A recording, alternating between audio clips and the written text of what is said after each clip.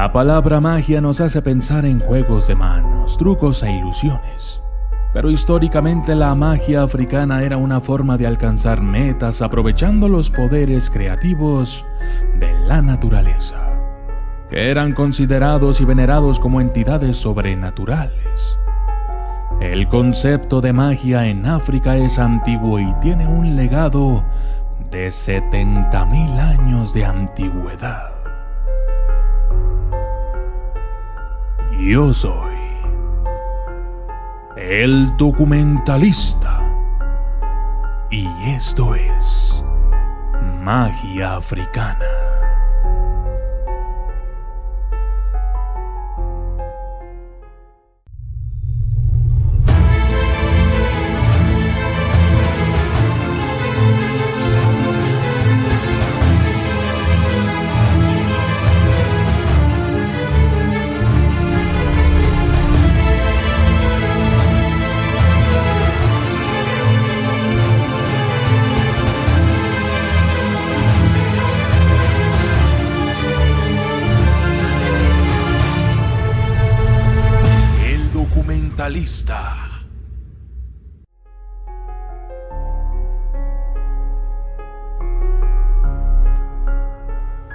Los escépticos no pueden ver con la mente abierta.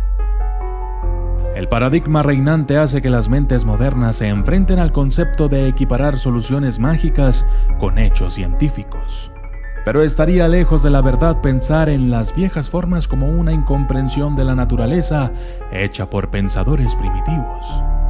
En lugar de describir los principios que organizan y animan el universo material como los quarks o los electrones, el animismo simplemente se refiere a elementos tales como poderes sobrenaturales o energías. Aprender activamente acerca de los sistemas de la magia antigua no es declarar automáticamente una creencia en las agencias sobrenaturales, sino embarcarse en la búsqueda de una comprensión más rica de cómo nuestros ancestros vieron el mundo y su lugar en él.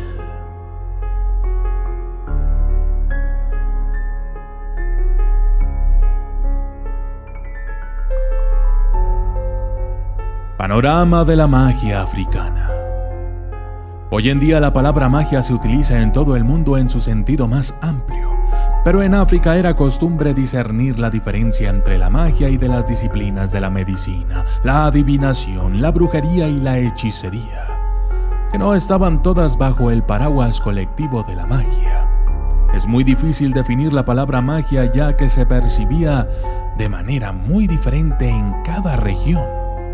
Pero en 1937, el erudito esotérico E.K. Bonhamba dijo: la brujería, los oráculos y la magia entre los Asande es responsable de la reducción de la apreciación del valor de la magia como un tema de estudio. El libro Metodología y Prehistoria Africana, en 1990, ofrece una visión de los aspectos psicológicos de la magia. La palabra magia puede entenderse simplemente como la cuestión de las fuerzas que, como actividad, no se pondera moralmente y es por tanto una actividad neutra desde el inicio de una práctica mágica, sino que, por voluntad del mago, se piensa que se convierte en y tiene un resultado que representa lo bueno y lo malo. Estos enfoques académicos son valiosas percepciones objetivas de cómo la magia puede ser compartimentada y resumida desde fuera por observadores, pero nunca un arte de la mente ha recibido una gran revisión por parte de un científico. Y para realmente empezar a apreciar los perímetros de la magia en África, uno debe entender un poco de los diversos tipos de magos. Entre los que en África mantienen conexiones de banda ancha con el otro mundo se encuentran los curanderos, que en el nivel más simple funcionan como herbolarios y sanadores tribales. Los adivinadores intentan alcanzar una comprensión de la realidad en el presente para hacer predicciones sobre eventos futuros, mientras que los hacedores de lluvia requieren disciplinas tanto religiosas como mágicas y se cree que poseen poderosos poderes mágicos. Los sacerdotes mágicos entendían los patrones del tiempo y el clima y se creía que controlaban las fuerzas de la naturaleza y su impacto sobre la conciencia humana individual y las grandes mentes tribales de la gente. Las opiniones difieren sobre cómo la religión y la magia se relacionan entre sí en África, y la gran pregunta que queda por responder es: ¿cuál fue la primera? ¿La magia surgió de la religión o la religión surgió de la magia? Es posible que se hayan desarrollado juntas a partir de un antiguo origen compartido. ¿Quién sabe? ¿Tú qué piensas? Magia en el sur de África. Botsuana. Un reciente artículo de científicos de la Universidad de Oslo publicó detalles sobre un hallazgo arqueológico verdaderamente increíble en Botsuana, en el sur de África, que derriba modelos actuales de la evolución de la magia y la religión, demostrando que nuestros antepasados africanos se dedicaron a la práctica ritual hace 70.000 años. Esto es, 30.000 años antes que los hallazgos más antiguos que se habían encontrado hasta hoy. La profesora asociada Sheila Coulson de la Universidad de Oslo descubrió una misteriosa roca que parecía la cabeza de una enorme pitón en una pequeña cueva en la ladera norte de las colinas llamadas Tsodilo. Después de algún tiempo de mirarlo, el enorme animal tallado en roca comenzó a emerger de la pared rocosa. Coulson añadió: se podía ver la boca y los ojos de la serpiente. Parecía una verdadera pitón. El juego de la luz del sol sobre las hendiduras le dio la apariencia de piel de serpiente. Por la noche, la luz de la chimenea daba la sensación de que la serpiente se movía. Este descubrimiento arqueológico demuestra que el pensamiento abstracto estaba presente en el Homo sapiens primitivo mucho antes de lo que se aceptaba originalmente. África parece ser que no fue solo la masa terrestre de donde las personas evolucionaron físicamente, sino también donde avanzaron culturalmente y en especial mágicamente, ya que muchas prácticas similares estaban presentes en África, mucho antes de que aparecieran en Europa. Unos 65.000 años después de que la gente adorara a una pitón tallada, el antiguo Egipto pasó y se convirtió en el centro del mundo antiguo hasta donde llega la magia.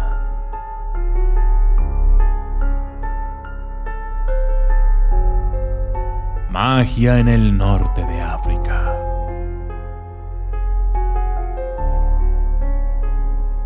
Los antiguos egipcios, desde los reyes hasta los agricultores, incorporaban la magia en sus vidas cotidianas y esto era completamente razonable para ellos. El egiptólogo James Henry Breasted detalló cómo la magia infundó todos los aspectos de la vida del antiguo Egipto y era tan natural como el sueño o la preparación de la comida. El término Heka también se usaba para referirse a la práctica de rituales mágicos y a los egipcios. El mundo fue creado por el dios Heka, que se pensaba que era más antiguo que la creación y activo en la concepción, el nacimiento, la vida, la muerte y la vida después de la muerte. Heka fue venerado por primera vez en el periodo predinástico temprano entre 6000 y 3150 a.C.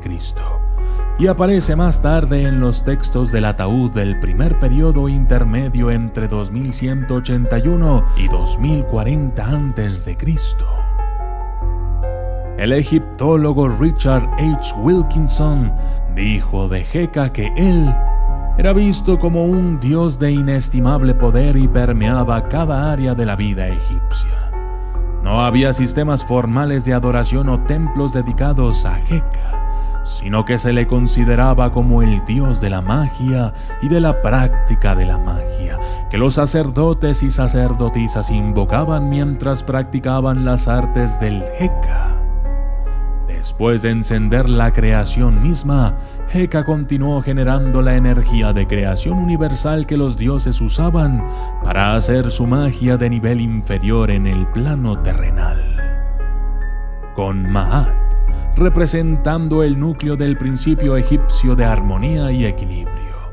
Heka era la fuerza subyacente de los mundos visibles e invisibles de los que se formaron la armonía y el equilibrio.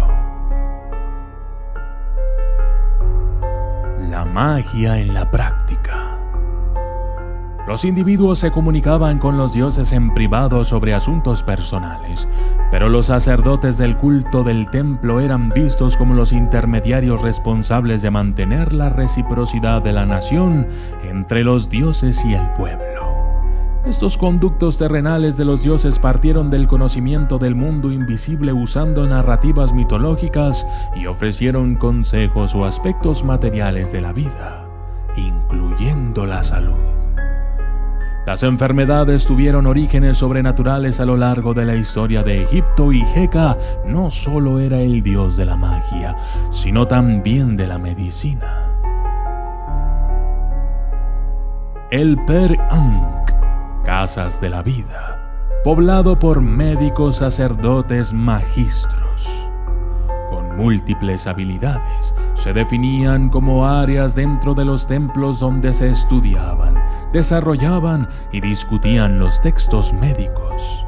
Ciertos dioses eran invocados en el tratamiento de enfermedades específicas, las cuales eran consideradas como diferentes tipos de perturbaciones, infracciones y bloqueos en el equilibrio del orden cósmico natural. Durante los últimos 3 siglos, cientos de sistemas de magia ceremonial han creado el funcionamiento de los magos sacerdotes y sacerdotisas egipcias en entornos rituales. Por ejemplo, la masonería, la Oto y el telema de Aleister Crowley. Los sistemas modernos de pensamiento mágico a menudo fracasan en el sentido de que glorifican a los líderes de la historia y no muestran preocupación por la magia que fue aplicada día a día por la gente común. Así es que, volviendo a Egipto, si una mujer tenía dificultades para concebir, podría haber pasado tiempo en la cámara de incubación de un templo, a menudo llamada Cámara Bes, en honor al dios del parto, la sexualidad y la fertilidad. Entre otras responsabilidades domésticas de Bes, se animó a las mujeres a llevar amuletos de Bes y a usar tatuajes de Bes en sus esfuerzos por amplificar el funcionamiento mágico del dios en todas las cuestiones relacionadas con la reproducción. Escuelas de misterio de iniciación. Términos sensacionales como escuelas de misterios y conocimiento esotérico son usados a menudo por los escritores cuando se refieren a la religión del antiguo Egipto e implican la existencia de un grupo secreto de magos iniciados que realizaban una serie de antiguos rituales y transmitían un conjunto formalizado de secretos espirituales a los aprendices de magos. Esta abstracción de la verdad oculta el hecho de que la mayoría de los aspectos de la religión oficial del Estado egipcio se llevaba a cabo en secreto y casi todos los aspectos de la religión del Estado eran un misterio para los no iniciados. Para mantenerlo todo en secreto, se prohibió al público la entrada a los templos y se restringió a los patios más alejados, excepto durante los festivales estatales especiales, en los que se les permitía el acceso a ciertos recintos. Los constructores del templo a menudo tallaban imágenes del dios o diosa principal del templo en las paredes exteriores para que el público dirigiera su adoración, y una talla común eran los jeroglíficos de pájaros requint. Las representaciones de los oídos humanos también eran populares, ya que estas áreas a menudo se llamaban santuario de la oreja auditiva, porque la gente pensaba que hablaba directamente al oído de la deidad residente. El ciudadano medio, que nunca había visto el interior de un templo, realizaba la mayor parte de su culto religioso en casa en una forma de adhesión religiosa a la que los eruditos se referían como religión doméstica. El descubrimiento de pequeños santuarios con retratos y bustos de antepasados indica que la adoración de los antepasados era un componente de la religión del hogar, pero no existen registros escritos de sus actividades religiosas, y hasta hace poco los egiptólogos no se preocupaban tanto por las vidas de la gente común, sin importar sus prácticas religiosas. Magia en la muerte. La magia no solo estaba presente en el nacimiento y la vida de uno, sino también en la muerte y durante el viaje en la vida después de la muerte. La famosa narrativa antigua, el libro egipcio de los muertos, contiene 190 hechizos para ayudar al paso del alma en la vida después de la muerte en su búsqueda del paraíso. El campo de cañas, o la Duat. Este paraíso eterno reflejaba la vida en la tierra, pero sin desilusiones, enfermedades o el miedo a la pérdida, la decadencia y, por supuesto, la muerte. El libro proporciona respuestas a las preguntas de los dioses y ofrece hechizos, encantamientos y palabras mágicas para abrir las puertas a ciertas habitaciones de otro mundo y para transmutarlas en formas de animales para escapar de los peligros. Aunque es difícil de entender para el hombre moderno, el libro egipcio de los muertos y todos sus hechizos y fórmulas mágicas eran tan naturales para un egipcio antiguo como lo son las historias bíblicas para un cristiano moderno, o la selección natural para un biólogo. Como en el cristianismo posterior, los antiguos egipcios creían que el cuerpo y el alma estaban unidos en el más allá, y para que el alma reconociera a su cuerpo, el cuerpo se momificaba para preservarlo. El acto mágico final de los funerales fue la actuación de la ceremonia de apertura de la boca, en la que los sacerdotes restauraron los oídos, los ojos, la boca y la nariz del cadáver para su reutilización en la vida después de la muerte. Para mayor protección sobrenatural, las momias de Egipto se envolvían con amuletos y enterraban objetos funerarios para ayudar al alma difunta en el otro mundo. Las muñecas Shapti eran pequeñas figuritas hechas de losa o madera que a través de la magia podían ser resucitadas en la otra vida, para llevar a cabo el trabajo para el difunto. El encantamiento particular requerido para devolverle la vida a un Shapti fue listado como hechizo 472 de los textos del ataúd y más tarde como hechizo 6 del libro egipcio de los muertos. Es dentro de las complejidades de algunos de estos aspectos mágicos del antiguo Egipto que muchos sistemas modernos de creencias encuentran sus orígenes. Mirando lo abstractos que son y alejados de las prácticas originales de las culturas que intentan emular, y considerando la digitalización del mundo de hoy, solo Dios sabe qué forma tomarán los dioses del mañana.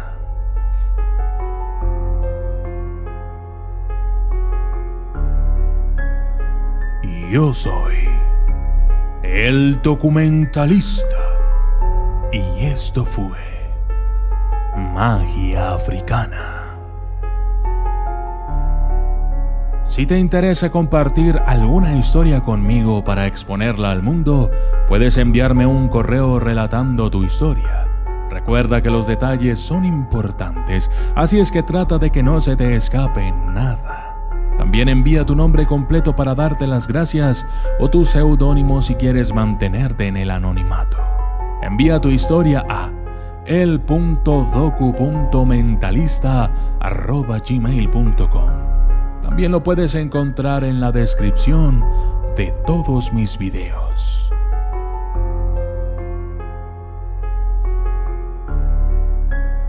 Saludos especiales para Cori Albornoz, Princesa Lunar, Isabel González, Vanercito Mara, Berta Alicia Hernández Agüero, Ari Mateo, Jorge Sevilla Rosique, César CH Ramírez, Loro Loreto, 3R1C701, Esteban Vega Peralta, Becchia Nera, Tech Center, Esteban Vega Peralta, Pedro Solano, Esmeralda Torres, Yamila Cay, Víctor de Los Ángeles, Julia Hernández, Marciano DTV, Antares de Salvatore Grimaldi, María Ponce, Gabriel Machuca, Michael Lara, Sistín Fibel, Luz de Ángel, Julieta Ávila, Javier Esquivel, Charles Javier Torres, Orbin Santos, Lorena Viasus, Liz Salazar, De Anónimo, Joaquín Miranda, Bianca Cahuasa López, Anime Funny, Eric López Bulas, Juan Antonio Aguilar Zúñiga, Blasphemous Satanaes Extreme Metal Bands y Paulita Hurtado. Gracias y hasta la próxima.